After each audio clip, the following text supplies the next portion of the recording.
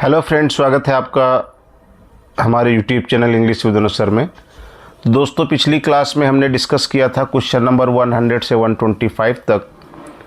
दोस्तों, ये William Shakespeare की टॉप 400 क्वेश्चन की सीरीज चल रही है। हमारा कोई भी एग्ज़ाम हो, चाहे TGT, PGT, LT grade, GIC, Shakespeare से 10-15 क्वेश्चन बनते ही बनते हैं। अगर आपने ये 400 क्वेश्चन पढ़ लिए तो आपका शेक्सपियर से कोई क्वेश्चन नहीं रुकेगा, ऐसा मेरा मानना है। तो चलिए स्टार्ट करते हैं क्वेश्चन नंबर 126 से। Question number 126 is on your screen. Rosalind, the central female character, appears in which of the following Shakespearean plays. दोस्तों, रोजालिंड कैरेक्टर जो है वो फीमेल कैरेक्टर किस शेक्सपियरियन प्ले में आता है? क्वेश्चन नंबर 126 का आंसर करिए कमेंट बॉक्स में। Correct answer is option number A, as you like it is the right answer. चलिए एक्सप्लेनेशन की ओर चलते हैं। Rosalind, the central female character, appears in as you like it by William Shakespeare. She is the daughter of the banished duke senior. Rosalind and Celia are friends. Rosalind is in disguise of a young man Ganymede and Celia is in the disguise of Elena। तो दोस्तों, Rosalind Ganymede के भेष में और सीलिया Elina के भेष में रहती हैं और ये एज यू लाइक इट के फीमेल कैरेक्टर हैं। चलते हैं क्वेश्चन नंबर 127 की ओर। Question number 127 is on your screen. A comic character by William Shakespeare is found in more than one of plays। तो दोस्तों, कौन सा A comic character by William Shakespeare is found in more than one of plays। तो कौन सा comic character पाया जाता है? सर जॉन फॉलस्टॉप का। Option number A is the right answer, Sir John Falstaff. Sir John Falstaff, a comic character by Shakespeare, is found more than one of his plays। Sir John Falstaff appears in Henry IV Part 1, Henry IV Part 2 and Merry Wives of Windsor। तो दोस्तों, sir John फॉलस्टॉफ नाम का जो comic character है वो Shakespeare के Henry IV Part 1, Part 2 में और मेरी वाइफ्स ऑफ विंडसर नामक वर्क में मिलता है। चलते हैं क्वेश्चन नंबर 128 की ओर। Question number 128 is on your screen. Angels are bright still, though the brightest fell. Macbeth in bracket. Who is the brightest referred by Shakespeare in this quotation? तो 128 का दोस्तों क्या करेक्ट आंसर हो जाएगा? किसको brightest refer किया गया है शेक्सपियर के द्वारा इस कोटेशन में? तो option number C, Lucifer is the right answer. Lucifer is the right answer. See the explanations. Angels are bright still though the brightest fell appears in William Shakespeare play Macbeth. This line spoken by Malcolm in act 4 scene 3rd। Here Shakespeare has referred brightest to Lucifer। Lucifer is the angel banished by God from heaven for seeking power, for wishing to usurp the authority of God। In Christopher Marlowe's plays, Faustus also wishes to achieve power and knowledge exceeding the limits given to man by God। Question number 129 is on your screen। Question number 129. Which of the Shakespeare's play had the character Robin Goodfellow? तो Shakespeare के किस play में robin Goodfellow नाम का character है? तो 129 का दोस्तों क्या आंसर हो जाएगा? Option number D is the right answer, a midsummer night's dream. See the explanation. Robin Goodfellow appears in William Shakespeare's play a midsummer night's dream. He is known as Puck, a fairy in the play. Lysander, Demetrius, Hermia, Helena, Oberon, Titania, etc. are the important characters in the play। तो दोस्तों, ये अ midsummer night's dream के important characters हैं। चलते हैं question number. तो इसका correct answer क्या हो जाएगा? Option number D, a midsummer night's dream. Question number 130 is on your screen. Question number 130. Which of Montaigne's essay inspired Shakespeare to draw the character of Prospero's servant? मॉन्टेग्ने का essay of जो father है मॉन्टेग्ने, उनके किस एसे ने inspired किया Shakespeare को to draw the character of Prospero's servant? Prospero के नौकर का कैरेक्टर ड्रॉ करने के लिए मॉन्टेग्ने के किस एसे ने शेक्सपियर को इंस्पायर किया? तो 130 का दोस्तों करेक्ट आंसर क्या हो जाएगा? Option number B of the cannibals is the right answer. See the explanation. Montaigne's essay of the cannibals inspired Shakespeare to draw the character of Prospero's servant. Cannibals is the character of the Shakespeare's famous play The Tempest. Prospero, the protagonist, the main character in William Shakespeare's play The Tempest. तो Prospero main protagonist है Tempest का. Question number 131. Who speaks the following lines in Shakespeare's The Tempest? तो Shakespeare के Tempest में ये लाइनें कौन कहता है? For I am all the subjects that you have, which first was mine own king. बहुत ही अच्छा क्वेश्चन है दोस्तों. 131 का करेक्ट आंसर क्या हो जाएगा? ये बात कौन कहता है? For I am all the subjects that you have, which first was mine own king. तो 131 का करेक्ट आंसर हो जाएगा option number A, Caliban is the right answer. Caliban. C the explanation. The Tempest is a play by William Shakespeare, probably written in 1610-11. It is a dramatic romance. The given speech is spoken by Caliban. Caliban, a savage monster figure, is servant of Prospero. In an exchange between Prospero and Caliban, act first, scene second, line 320. तो correct answer हो जाएगा Caliban. Question number 132 is on your screen. Very important question. Who is Macbeth at the beginning of the play?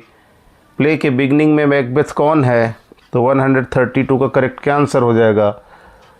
Play के beginning में Macbeth को thane of Glamis, option number A, पहले उसको then of ग्लेमिस कहा जाता है और बाद में थेन ऑफ काउडोर कहा जाता है. तो Macbeth was the hero of the play Macbeth by William Shakespeare. At the beginning of the play Macbeth was thane of Glamis. ही, आगे देखते हैं. He quickly becomes the more powerful Thane of Cawdor and then murdered his way to become and remain king of Scotland. तो question number 133 is on your screen. The armor bearer to Macbeth. क्या होगा दोस्तों correct answer? Armour bearer कौन है Macbeth का? तो सेटन है. Option number D is the right answer. उसका जो आर्मर बियरर कौन है? सेटन. Macbeth is a famous tragedy by William Shakespeare, written in 1606, published in 1623 by Hemming and Condell, in which famous character Satan was armor bearer to Macbeth. तो उसका कवच वाहक कौन था? Seyton. Question number 134 is on your screen. Very important question and very common question. The total number of poems in Shakespeare's sonnets is. कितनी poem हैं Shakespeare's के sonnets में? 134 का करेक्ट आंसर करिए. तो 134 का क्या हो जाएगा correct answer? Option number D, 154 sonnets लिखी हैं शेक्सपियर ने. Shakespeare sonnets is the title of a collection of 154 sonnets which covers themes such as the passage of time, love, beauty and morality. The first 126 sonnets are addressed to a young man, Earl of Pembroke W.H., जिनको William Herbert भी माना जाता है, Henry रियोथस्ले भी माना जाता है, earl of Southampton. And 26 sonnets belong to a dark lady and last two sonnets are known as love sonnets, Cupid sonnet, published on 20th July 1609। तो दोस्तों ये सोनेट्स का डिवीज़न है शेक्सपियर की। चलते हैं क्वेश्चन नंबर 135 की ओर। Question number 135 is on your screen. The first folio of Shakespeare's plays appeared in. बहुत ही आसान क्वेश्चन। फर्स्ट फोलियो दोस्तों कब आया? तो right option is option number C, 1623 में फर्स्ट फोलियो आया और 32 में आया second folio. The first folio is the first collected edition of William Shakespeare's plays published in 1623. 7 years after his death, he wrote around 37 plays, 36 of which are contained in the first folio. कौन सा दोस्तों content नहीं था? तो Pericles was not included in 37 plays in first folio. 37 में तो था लेकिन फर्स्ट फोलियो में इंक्लूड कौन सा नहीं था? तो Pericles was not included. Question number 136 is on your screen. Very important question. Shakespeare criticism by. तो 36 का करेक्ट आंसर दोस्तों क्या हो जाएगा? शेक्सपियर क्रिटिसिज्म का कौन कौन हो जाएगा? Bradley, Spurgeon, T S. Eliot, Stephen Greenblatt, यानी कि option number B is the right answer. Bradley, Spurgeon, T S. Eliot, Stephen Greenblatt. The correct chronological sequence is A C. Bradley Shakespearean tragedy लिखी 1904 में। टी.एस. इलियट ने हैमलेट एंड हिज प्रॉब्लम्स लिखा 1919 में। Caroline स्पर्जन ने Shakespeare's imagery 1935 में लिखा। Stephen Greenblatt ने on poetics of culture and the interpretation of Shakespeare 1987 में लिखा। चलते हैं क्वेश्चन नंबर 137 की ओर। Question number 137 is the line present fears are less than horrible imaginings appear. जो वर्तमान डर है वो बहुत ही कम है। जो सोच इमेजिनिंग हॉरिबल होने वाली, यानी कि जो भविष्य में होने वाली चीज़ें थी, जो मैकबेथ के मन में कल्पनाएं चल रही थी, वो कह रहा था वर्तमान समय की जो परिस्थितियां हैं वो भविष्य में होने वाली परिस्थितियों से बहुत ही कम है। तो 137 का करेक्ट आंसर क्या हो जाएगा? Macbeth is the right answer, option number A, Macbeth. Macbeth is believed to have been written between 1599 and 1606. It was first published in the folio of 1623 by Hamming and Condell. तो 37 के बाद चलते हैं दोस्तों question number 38 की ओर। Question number 38। Question number 38 is on your screen. Question number 38। The relationship between Othello and Iago is an example of। तो क्या एग्जाम्पल होगा 138 का दोस्तों? Option number A, inversion is the right answer. Inversion. चलते हैं इसके एक्सप्लेनेशन की ओर। 138 का explanation. Othello was written in 1603 and is set in Venice. The relationship consists of jealousy and malice from Iago's side and trust and nobility from Othello. Question number 39. 139 is on your screen. After Shakespeare made his debut as a London playwright, he was described as an upstart crow by। तो Robert Greene ने कहा था upstart crow। Option number A is the right answer, Robert Greene. The first reference to Shakespeare as an actor playwright was in 1592। He was attacked by Robert Greene in 1592 as an upstart crow. Question number 140 on your screen. In which play by Shakespeare do we find widowed queens questioning the assumptions of male politics? बहुत ही अच्छा question दोस्तों। 140 क्या answer होगा? कह रहा कि Shakespeare के किस प्ले में do we find widowed queens की जो विधवा रानियां हैं questioning the assumptions of male politics कर रही हैं। तो ऑप्शन नंबर क्या हो जाएगा? B. Richard III is the right answer. Richard III is the right answer. Richard III is written approximately in 1592, depicts the Machiavellian rise to power and subsequent short reign of King Richard III of England. Question number 141 is very important. Ripeness is all occurs in, तो ये King Lear की दोस्तों line है. राइपनेस is all. 141 का क्या हो जाएगा? ए is the right answer, King Lear. Ripeness is all occurs in King Lear, Act 5, Scene 2nd, written by William Shakespeare. Edgar said these lines to Gloucester. Edgar Gloucester से lines कहता है. Question number 142 is on your screens. A.C. Bradley's Shakespearean tragedy was published in 1904. क्या हो जाएगा 142 का correct answer? तो 1904 सभी को पता है. वेरी आसान question, very easy question. Andrew Cecil Bradley, जिनको शॉर्ट में एसी ब्रैडले कहते हैं, 1851 में इनका जन्म हुआ, 1935 में इनकी डेथ हुई. Was an English literary scholar, best remembered for his work on Shakespeare. His two major works are Shakespearean tragedy 1904 and Oxford lectures on poetry 1909. Question number 143 दोस्तों हम 150 तक डिस्कस करेंगे इस क्लास में. Which of the following Shakespearean play are in the correct chronological sequence. तो correct chronological sequence में कौन से प्ले हैं?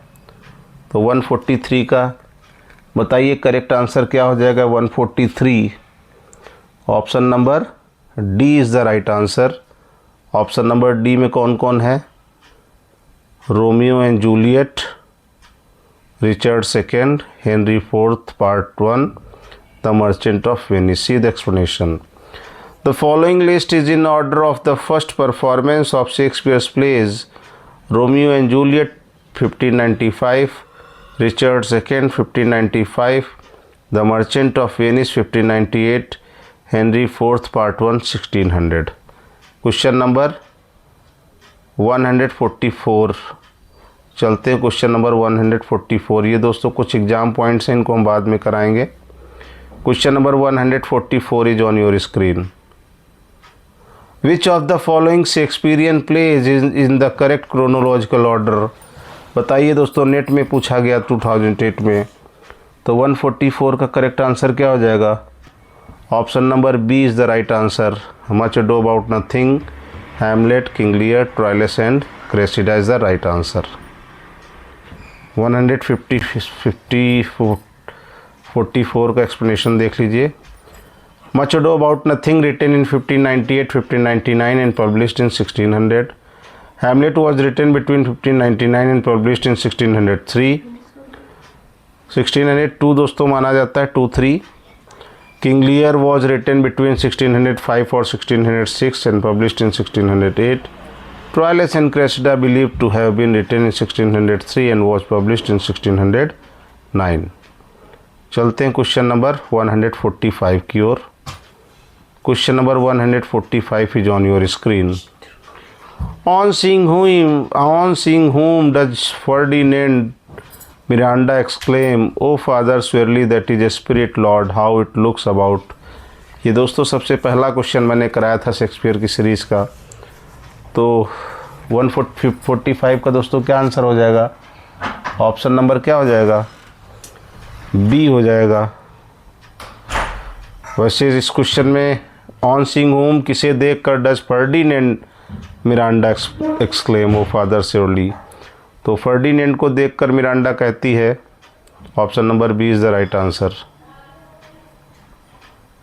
The above lines have been taken from Shakespeare's famous play The Tempest, written in 1610. It was written in mask form.